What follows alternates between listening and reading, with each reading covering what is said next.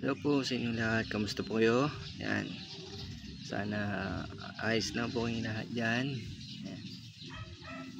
Anyway, marami pong magtataka sa inyo kung bakit parang ngayon lang po ako ulit lumitaw dito sa social media, lalong po dito sa Facebook.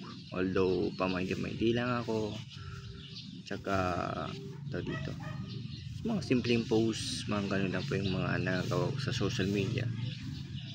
Although madami na rin pong nagtataka kung bakit parang huminto na yung pag-upload ko ng reels, mga documentary videos ko. Yan, dami na rin pong nagtataka kung bakit.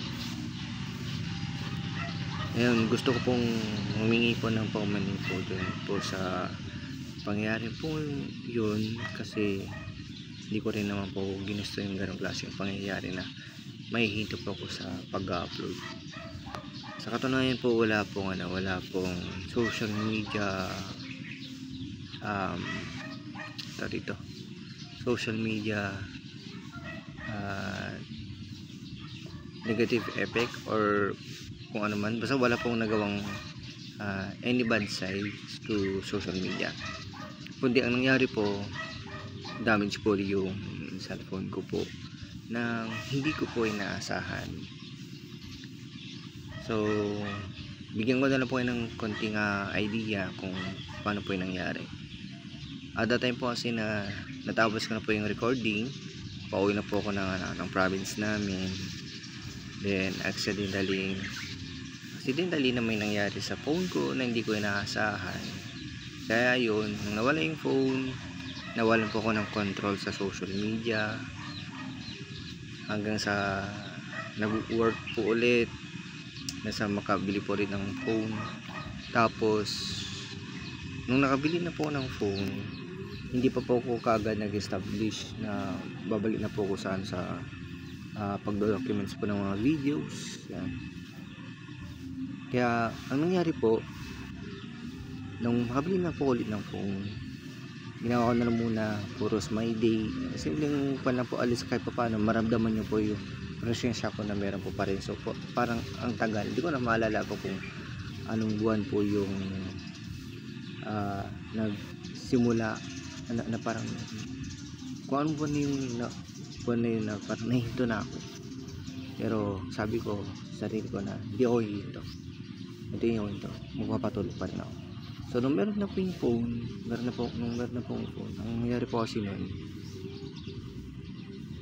sa pinakamasakla po na pangyayari, hindi ko na po kasi ma-recover yung dati kong Gmail account, lalong po sa yung YouTube account ko po na Tibkir Fidal. Yan, pasensya na po, hindi na po makakapag-upload yan kasi how many times ko na po sinubukan na i-recover po yung aking Gmail account sa aking YouTube na mayroong pangalan na Tibkir Dapan. Sorry po, Tibkir Dapan po pala yun. Sorry po sa error. So yun po, nung nawala po yun, kumuusap ako, kumontak ako ng mga friends ko na talagang may alam sa pagre-recover ng Gmail, kasi sinubukan ko na po talaga lahat po ng kaya ko, as wala po talaga, hindi po nag-work. Yan. So nangyari po kasi until now, pag alam ko naman po yung Gmail ko and password ko, kaso nga lang, ang hinahanap po pa rin po kasi noong Gmail ko is yung old device, yung dati kong cellphone. Parang itatap ko lang natin, pero wala naman na po yung cellphone, kasi yun pa rin naman po yung nire-recognize po ng aking cellphone sa ngayon. Yung pa rin po yung hinahanap niya. Kaya kamakailan lang po nakapag-decide na po ako na full na po yung decision ko na magsisimula po ulit, babangon po ulit yung pong idol po sa larangan ko ng running at saka sa biking. Sa ngayon po, ilalagay ko na lang po sa screen yung update ko na lang din po. Ilalagay ko na lang po dito sa screen yung bagong pangalan po ng aking YouTube account. Di bale, ito po yung isang update na gusto ko pong malaman po ninyo. Yung ito pong aking bagong Google account or sa YouTube na siya pong iso-subscribe po ninyo ay ito po, lalagay po dito sa screen. Yan. Di bali, ang gagawin ko na po sa ngayon, pag-isasamahin ko na po yung running at saka biking. Total, alam nyo naman na po na tumatakbo po ako, nagbibisikleta po ako. At dyan ko na po i-document lahat ng documentary activities ko po. Lahat po. And yung Facebook page ko din po, although sa Facebook wala pong problema, pero nakapag-decide na din po ako na babaguhin ko na rin po yung pangalan ng aking Facebook page.